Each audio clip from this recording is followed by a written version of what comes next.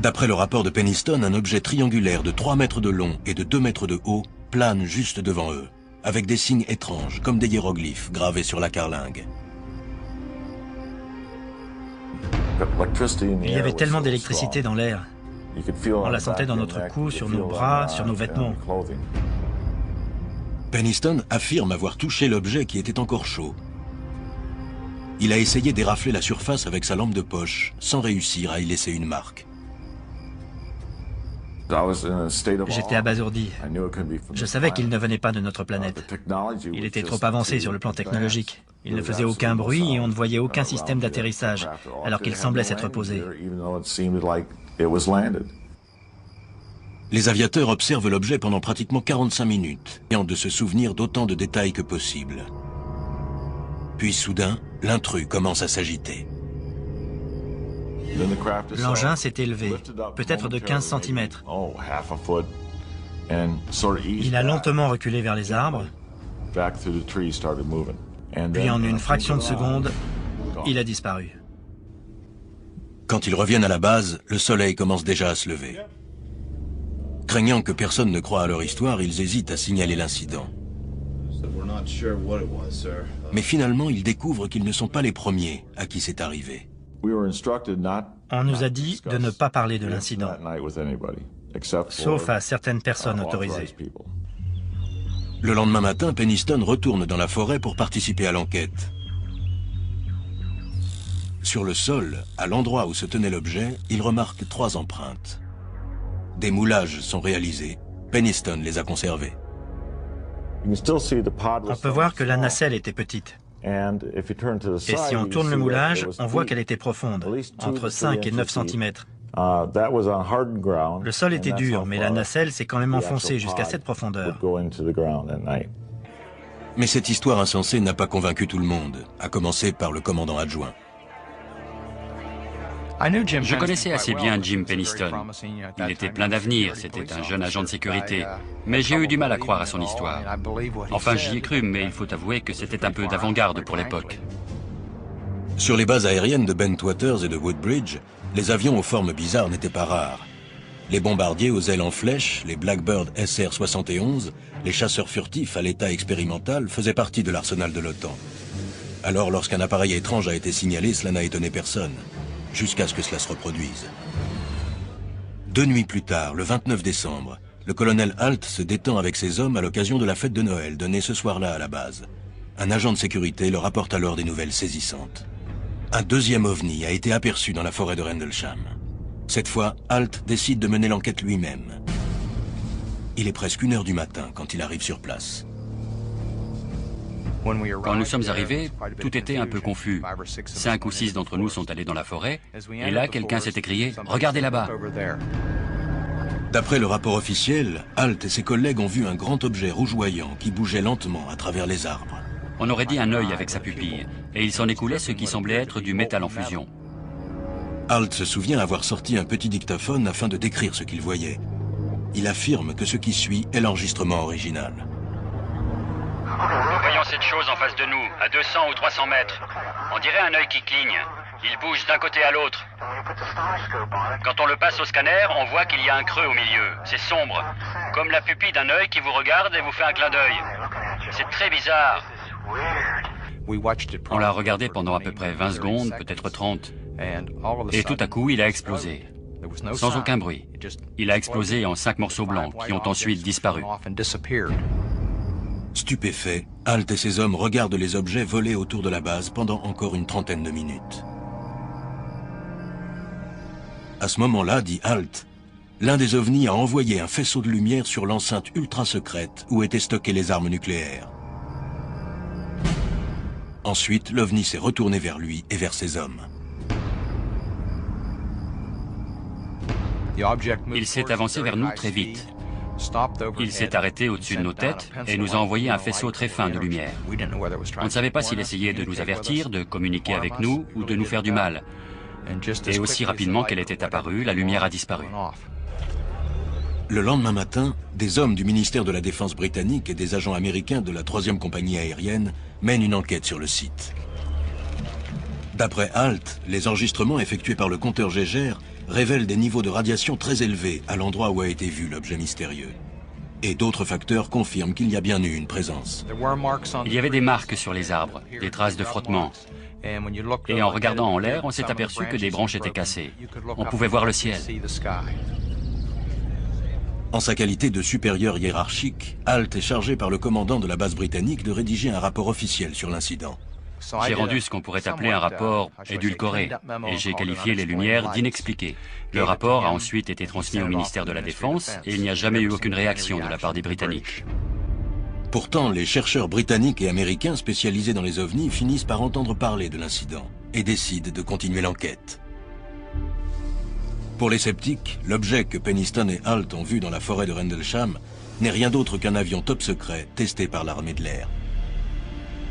Les États-Unis ont construit un certain nombre d'avions très silencieux, et à notre avis, certains ne sont pas encore connus officiellement. D'autres imaginent que l'incident fait partie d'un programme de guerre psychologique clandestin destiné à piéger les soviétiques en leur faisant croire que l'OTAN dispose d'une technologie de pointe extraterrestre.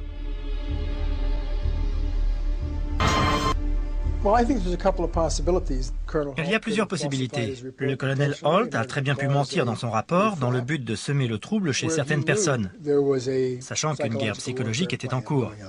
Ou bien, deuxième solution, il ignorait le programme de guerre psychologique. Et ce vol inattendu était destiné à tester la sécurité de notre système de défense. Charles Halt a par la suite été promu colonel et nommé commandant de la base. Il a pris sa retraite en 1991. James Penniston a quitté l'armée de l'air en 1993 après avoir reçu de nombreuses récompenses pour ses services. Ils avouent tous les deux qu'il n'a pas été facile d'oublier l'incident. Mais l'un comme l'autre reste catégorique à propos de ce qu'ils ont vu dans la forêt de Rendlesham. Et d'autres militaires qui étaient également là soutiennent leur version. Je suis sûr que ceux qui commandaient l'objet connaissaient notre présence, à voir la façon dont il s'est avancé vers nous. La question de la lumière dans le ciel n'est que secondaire. En fait, c'est un problème de sécurité nationale. Selon certains, pourtant, l'incident de Suffolk en Angleterre, le 29 décembre 1980, ne fut pas la dernière apparition de cet ovni. Exactement 9 heures après, et de l'autre côté de l'océan, 2 femmes et un jeune garçon ont raconté avoir été terrifiés à la vue d'un petit ovni de forme triangulaire. S'agissait-il, comme certains le prétendent, du même ovni aperçu sur les bases militaires en Angleterre? Lorsqu'ils ont entendu parler de ce deuxième événement et de sa ressemblance avec l'incident de Suffolk, des chercheurs ont décidé d'enquêter sur cette étrange similitude. Certains en ont conclu qu'il s'agissait bien du même ovni.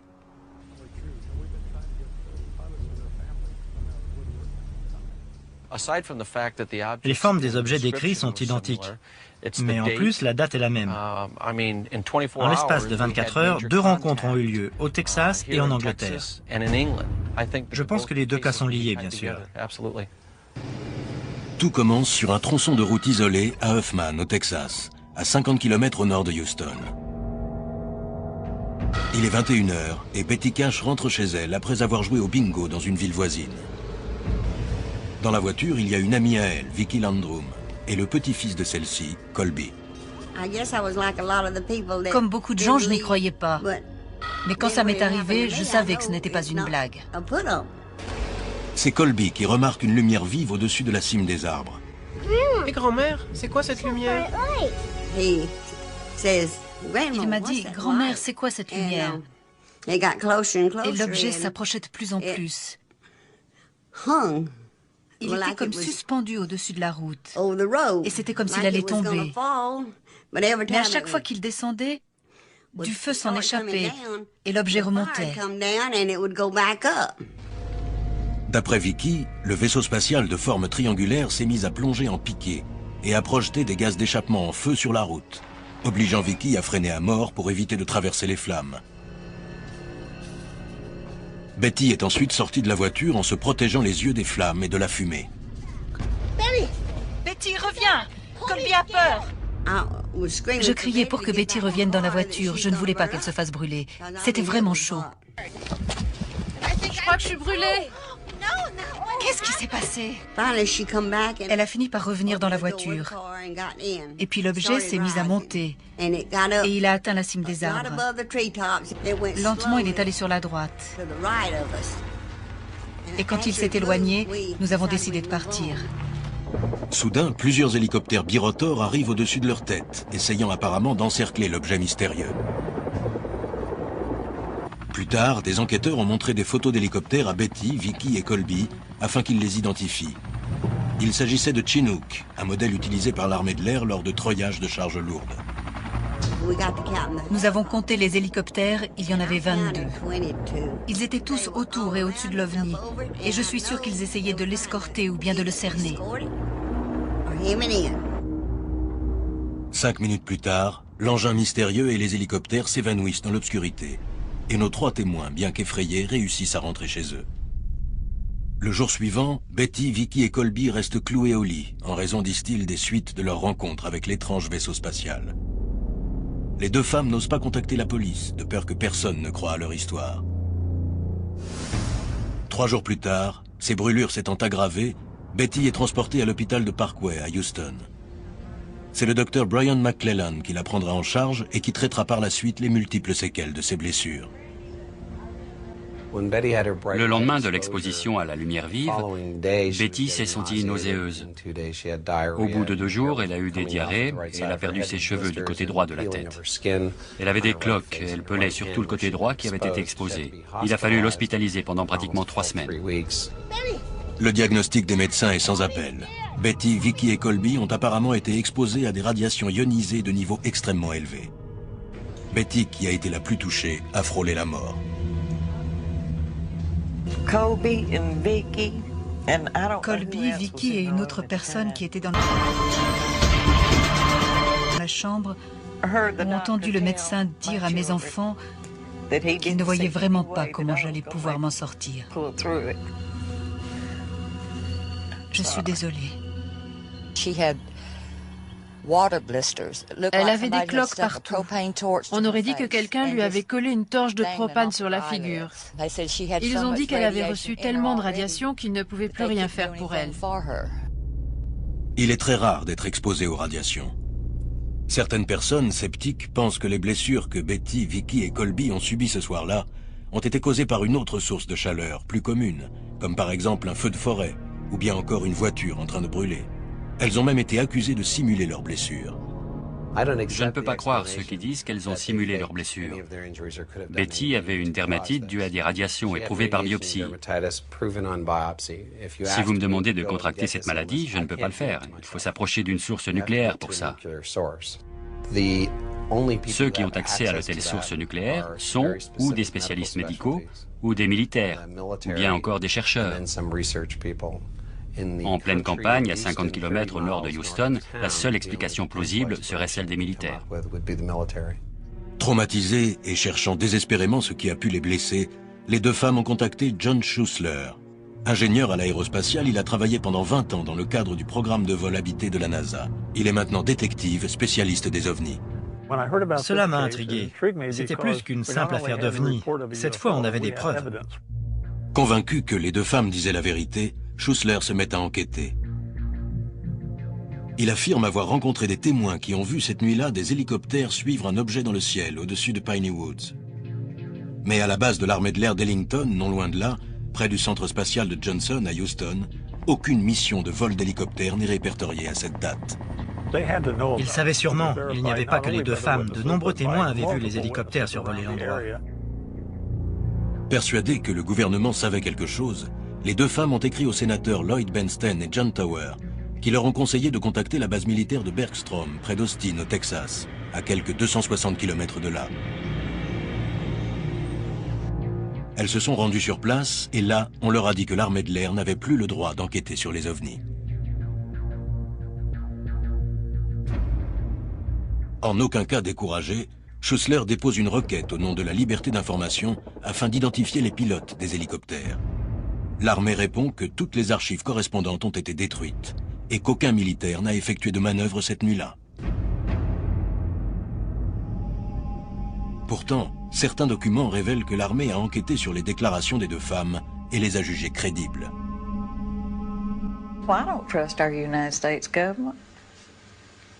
Je n'ai aucune confiance en notre gouvernement. Ce n'est pas pour être méchante ou brutale, mais c'est ce que je ressens. S'ils veulent me porter préjudice, qu'ils le fassent. Ils ont ruiné ma santé, anéanti ma vie. Que peuvent-ils faire de plus? Le 29 décembre 1998, jour du 18e anniversaire des faits, Betty meurt des complications d'une attaque cérébrale. Mais encore aujourd'hui, ses amis et sa famille sont persuadés que son décès a un lien direct avec son exposition à l'OVNI. C'est ça qui l'a tué, et qui me tuera sans doute aussi. Mais pour d'autres, l'objet volant qui a blessé Betty était peut-être un avion américain. Il est aussi possible qu'il ne s'agisse pas du tout d'un vaisseau extraterrestre, mais d'un programme secret visant à augmenter la force des moteurs Nerva, qui étaient destinés à utiliser la puissance nucléaire sur des fusées. Nerva signifie moteur nucléaire pour les applications aux propulseurs de fusées. La NASA et l'armée ont testé ces prototypes depuis les années 1950, afin de les utiliser sur des vaisseaux spatiaux. Les gaz qu'ils dégagent émettent en effet de grandes quantités de radiation ionisée. Je suis sûr que bon nombre d'ovnis vus à travers le monde sont en fait des vaisseaux et des avions qui devaient être dissimulés au public. Si le gouvernement refuse de donner la moindre information sur ce qui s'est réellement passé, c'est à cause du problème de responsabilité. Il ne veut pas assumer. Nous ne saurons peut-être jamais ce qui s'est vraiment passé près de la petite ville de Huffman, au Texas. Mais en ce qui les concerne, Colby et Vicky souhaitent tout simplement oublier. S'il est un endroit au monde où les apparitions d'OVNI ont été particulièrement nombreuses, c'est bien le Nevada aux États-Unis. C'est là que la vaste zone militaire de tir Nellis a été installée, au beau milieu des Amarantes et sous des températures extrêmes. Mais c'est aussi le cœur des légendaires infrastructures top secrètes, connues sous le nom de Zone 51. Dans les environs, il est habituel de voir des avions à l'allure étrange. Pendant des décennies, le profil maintenant familier de l'avion de chasse F-117 et du bombardier B-2, aussi silencieux l'un que l'autre, ont engendré bon nombre de signalements d'OVNI. Le physicien nucléaire Stanton Friedman a travaillé sur plusieurs projets classés secret défense. Il est persuadé qu'un très grand nombre d'avions non conventionnels sont fabriqués et testés ici. Certains prétendent que des véhicules extraterrestres sont à l'étude pour renforcer nos connaissances en ingénierie et pour pouvoir les dupliquer.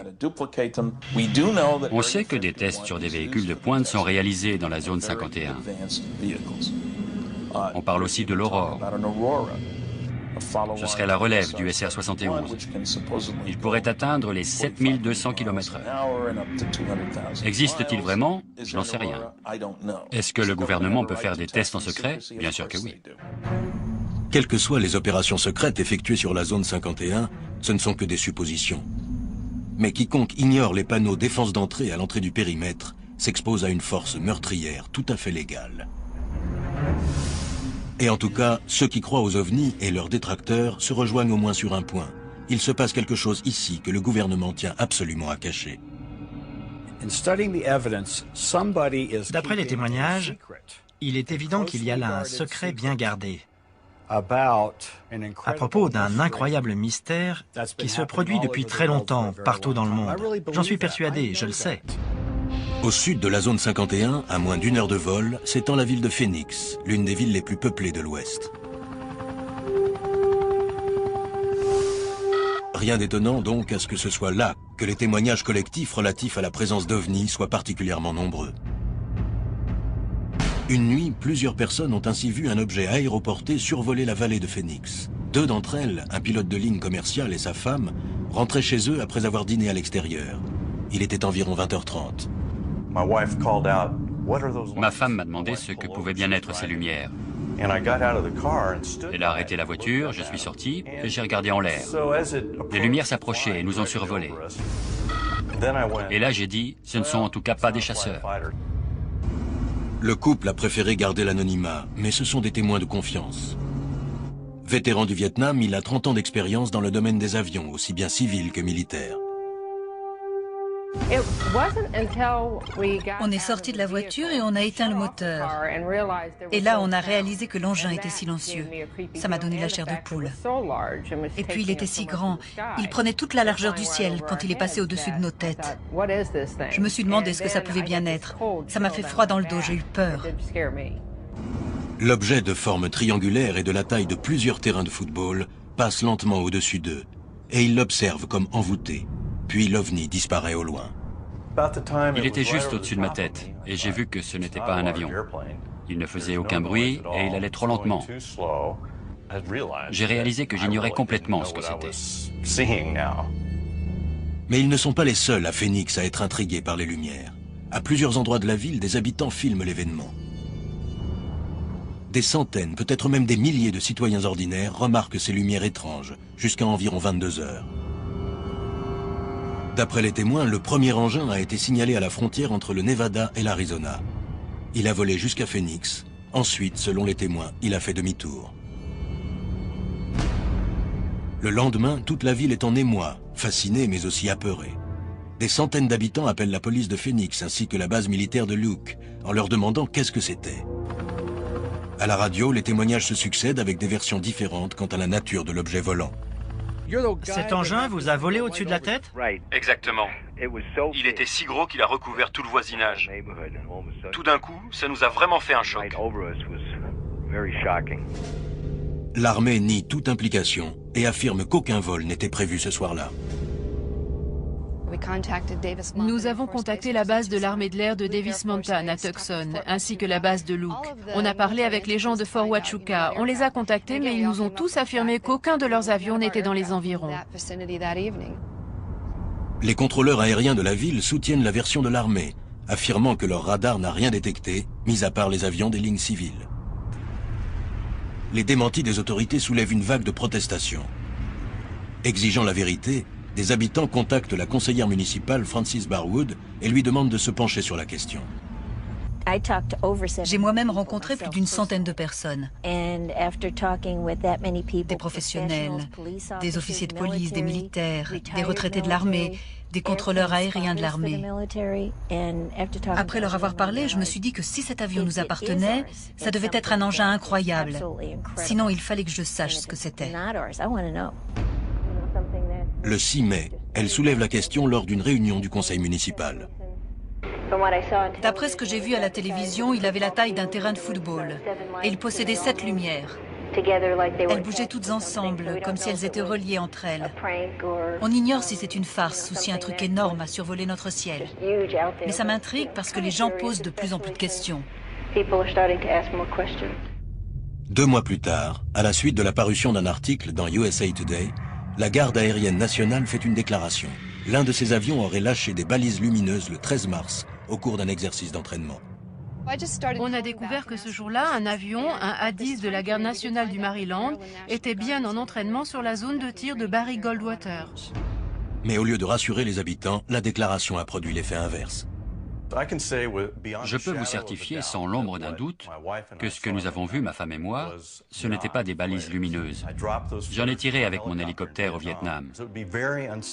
Et ce serait vraiment dangereux de les lâcher au-dessus des habitations.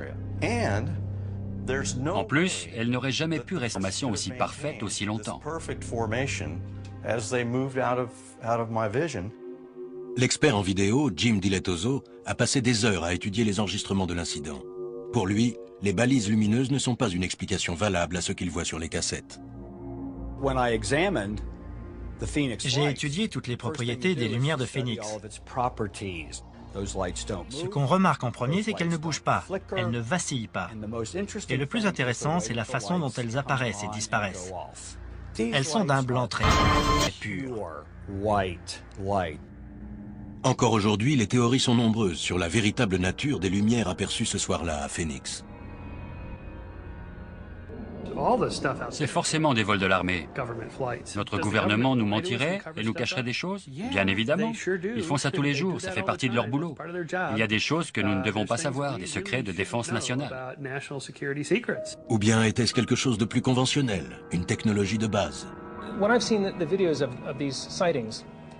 En voyant la vidéo de ces apparitions, ça m'a rappelé ce qui se fait parfois au Mexique. Ils mettent des bougies dans des sacs en papier et ils les font flotter dans le ciel la nuit pendant les cérémonies. Elles brillent et certaines personnes sont vraiment douées pour les faire voler en formation. Mais pour d'autres, la réponse ne se trouve pas sur Terre. Je ne serais pas surprise qu'il y ait un phénomène inexpliqué et étranger à notre monde derrière tout ça. Pourquoi ne pas être franc? Depuis cet événement, je regarde sans cesse autour de moi. Je veux revoir cette chose que je n'ai pas pu identifier. Maintenant, j'ai plus tendance à croire ceux qui disent avoir vu quelque chose. Toujours à la recherche de formes de vie extraterrestres, les scientifiques explorent les confins de l'univers. Mais peut-être regarde-t-on dans la mauvaise direction. Un chercheur de Maverick affirme que les ovnis sont ici, en ce moment même, tout autour de nous.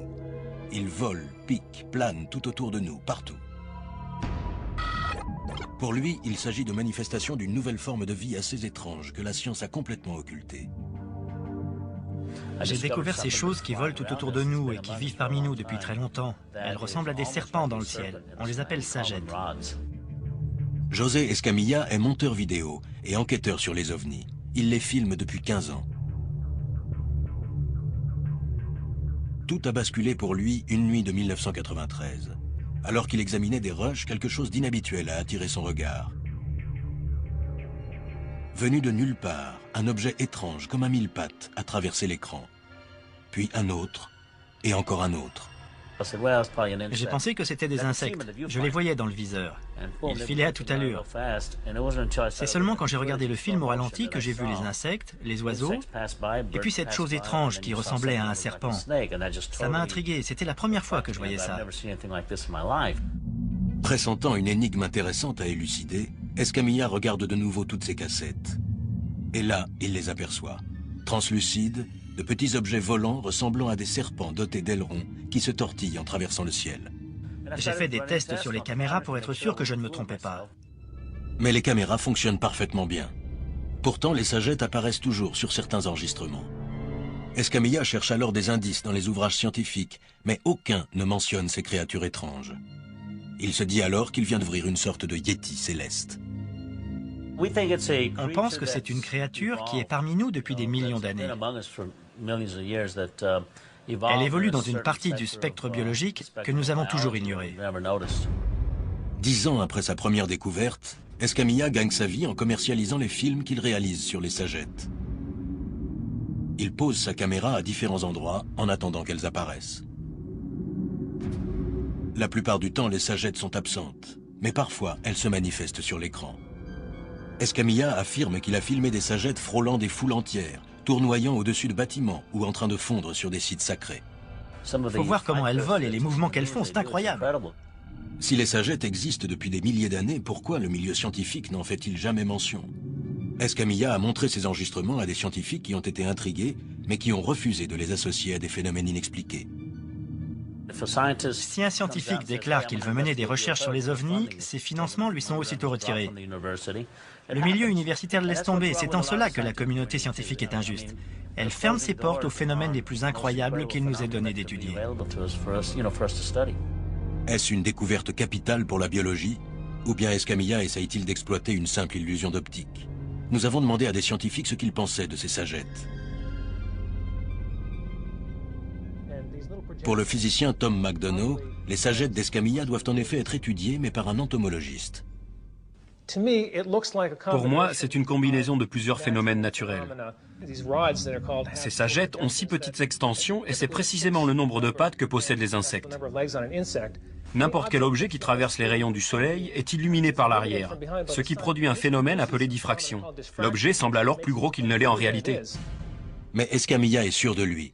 Il n'a pas pu se tromper parce qu'il filme avec une très grande vitesse d'obturation. C'est vrai que certains insectes ressemblent à des petites sagettes.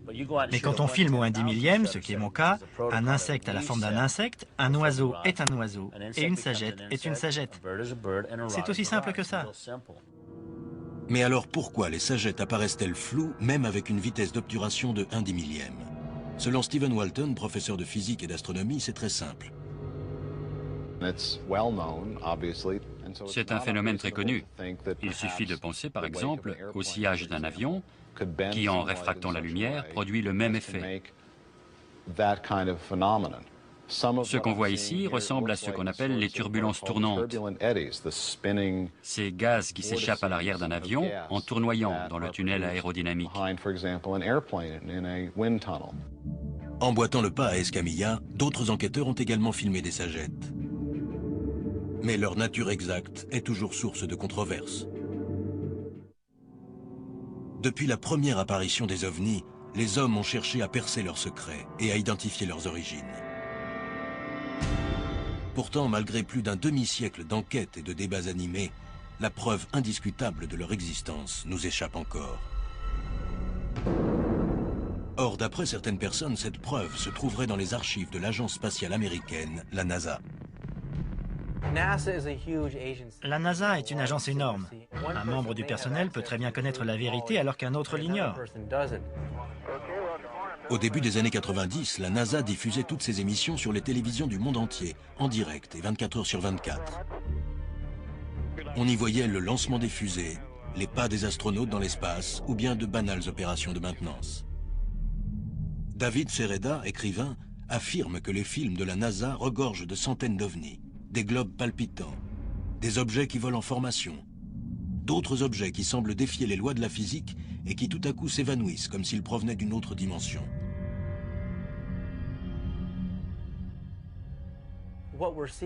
En regardant les cassettes des missions de la NASA, on voit que les ovnis parcourent toutes les dimensions et qu'ils peuvent aller à la vitesse de la lumière puisqu'ils sont composés de lumière. Mais c'est en regardant l'émission du 25 février 1996 que Sereda a découvert la preuve la plus impressionnante. Il s'agissait de la 75e mission d'une navette, la mission STS-75. On peut voir une attache du satellite arrimée à la fusée Columbia se casser accidentellement et s'éloigner. En quelques minutes, elle est entourée de douzaines d'objets non identifiés. Les ovnis se pressent autour d'elle, alors qu'elle se trouve maintenant à plus de 100 km de la navette. Au cours d'une autre mission, la STS-82, en février 1997, des astronautes s'aventurent à l'extérieur de la navette. Lors d'une communication radio que David Sereda juge suspecte, les contrôleurs de la mission semblent vouloir alerter les astronautes sur la présence d'un objet non identifié flottant près d'eux. On dirait qu'il y a quelque chose devant vous, Mark. Vous pouvez vérifier? Je ne vois pas de quoi vous parlez. Oubliez. Voulant savoir comment la NASA explique la présence de l'OVNI, Sereda contacte l'agence spatiale afin de la questionner au sujet des enregistrements vidéo. C'est le professeur Joseph Nuss qui dirige le service d'astrochimie de la NASA. Pour lui, les anomalies rencontrées ce jour-là n'étaient pas des ovnis, mais tout simplement des cristaux de glace et de la poussière que les moteurs de la navette ont laissé échapper. Sereda conteste cette version en faisant remarquer qu'on voit très bien plusieurs objets passer derrière la tache. Ils pensaient que c'était de l'eau, mais ces objets défiaient toutes les lois de la physique identifiées jusque-là. Donc la NASA reconnaissait qu'il y avait des phénomènes inexpliqués dans l'espace. Si ce sont des cristaux de glace, dit-il, en comparaison de la tache du satellite qui se trouve assez éloignée, ces cristaux seraient véritablement énormes. Les arguments de la NASA n'étaient pas cohérents. En faisant des essais d'optique avec une caméra numérique, j'ai tout de suite compris que quelque chose de bizarre se passait lors de ces missions, et j'ai voulu en savoir plus. En 1999, Sereda dépose une requête au nom de la liberté d'information afin d'obtenir de la documentation sur les missions de la navette spatiale. Les dossiers qu'on lui communique ont été censurés et il n'y apprend rien de nouveau. Et peu après, la NASA arrête les retransmissions télévisées en direct de l'espace. Quelqu'un à la NASA connaît la vérité, et je pense qu'elle doit être divulguée. Les scientifiques qui ont étudié les enregistrements vidéo ne sont pas convaincus. À leurs yeux, il n'y a aucune preuve de l'existence d'OVNI et ils ne leur trouvent rien d'inhabituel. Les gens ne se rendent pas compte, mais les navettes spatiales sont sales. Elles produisent des quantités de gaz, de liquide. Il est très fréquent que des objets volent autour d'une navette. De plus, les étranges mouvements que l'on voit sur ces images peuvent s'expliquer par les propulseurs de fusées en feu. Et soudain, une particule va prendre une direction inattendue. Des personnes non informées pourraient croire que ce sont des ovnis. Mais je n'ai jamais entendu parler d'astronautes à bord d'une navette qui auraient rencontré des objets non identifiés. Ce qui peut déstabiliser même le plus averti des astronautes, c'est le manque de repères dans l'espace. On ne peut pas estimer les distances comme on est habitué à le faire sur Terre. Et même sur Terre, on se laisse parfois abuser en voyant un objet plus loin qu'il ne l'est vraiment. Donc ces objets qu'on voit sur les vidéos peuvent en fait être très près de la navette. Mais Sereda n'est pas le seul à penser que le gouvernement américain cache la vérité. Récemment, d'autres voix se sont jointes à la sienne pour demander la révélation complète des informations. Nous sommes ici pour dévoiler la vérité sur un sujet qui a été ridiculisé, dont on a douté et qu'on a trop souvent nié depuis au moins 50 ans. Les hommes et les femmes présents sur cette estrade peuvent prouver et prouveront que nous ne sommes pas seuls dans l'univers. En mai 2001, Stephen Greer, médecin urgentiste, s'est reconverti dans la recherche sur les ovnis et a initié le projet de révélation, un lobby destiné à faire pression sur le gouvernement pour qu'il dévoile au public ce qu'il sait sur les ovnis. On a une confirmation par radar aérien de certains de ces signalements. On peut voir la couronne de déchargement. Ils ont commencé à tourner en cercle et puis ils ont disparu. Ce matin-là, on a perdu 6 à 8 armes. Les ovnis ont été vus près des silos et les missiles ont été désactivés. Stephen Greer a réussi à réunir près de 500 personnes. La plupart sont des militaires à la retraite ou des membres de la CIA, des contrôleurs aériens ou encore des professionnels de l'aviation, qui affirment avoir assisté à un phénomène non identifié. Ils sont prêts à témoigner sous serment devant le Congrès. Beaucoup sont convaincus qu'il est impossible de trouver une explication d'origine terrestre au phénomène qu'ils ont vu. Apparemment, une grande partie de la population américaine est d'accord avec eux. D'après un récent sondage, 49% avouent croire que les extraterrestres nous rendent visite sur Terre. Pourtant, les scientifiques qui étudient les étoiles sont d'avis contraire. Ils reconnaissent que l'intelligence peut être répandue dans l'univers, mais la probabilité que ces formes d'intelligence vivante viennent sur Terre est infime. Je pense qu'il existe une vie cosmique, sinon je ne serais pas là. On ne fait pas ce métier si on n'y croit pas. Si on avait la moindre preuve, des milliers de chercheurs universitaires se pencheraient sur le problème. Or, il n'y en a aucun. La découverte d'une forme d'intelligence extraterrestre pourrait bien être le bouleversement du monde le plus extraordinaire qu'il nous serait donné de vivre. Et c'est tout à fait possible. Tout ce que nous savons au sujet de la vie sur Terre indique que la vie est non seulement possible ailleurs, mais qu'elle peut s'épanouir si les conditions s'y prêtent. Reste à trouver des preuves formelles. Et à l'ère de la technologie numérique, ça risque d'être plus difficile que jamais. Les récentes superproductions nous montrent qu'il est possible de créer n'importe quelle image hyper réaliste pour un film ou une série télé. Et j'ai peur d'être arrivé à un point où, tant que je ne serrerai pas la main d'un extraterrestre, je continuerai à nier qu'ils existent et qu'ils nous rendent visite. C'est très bizarre.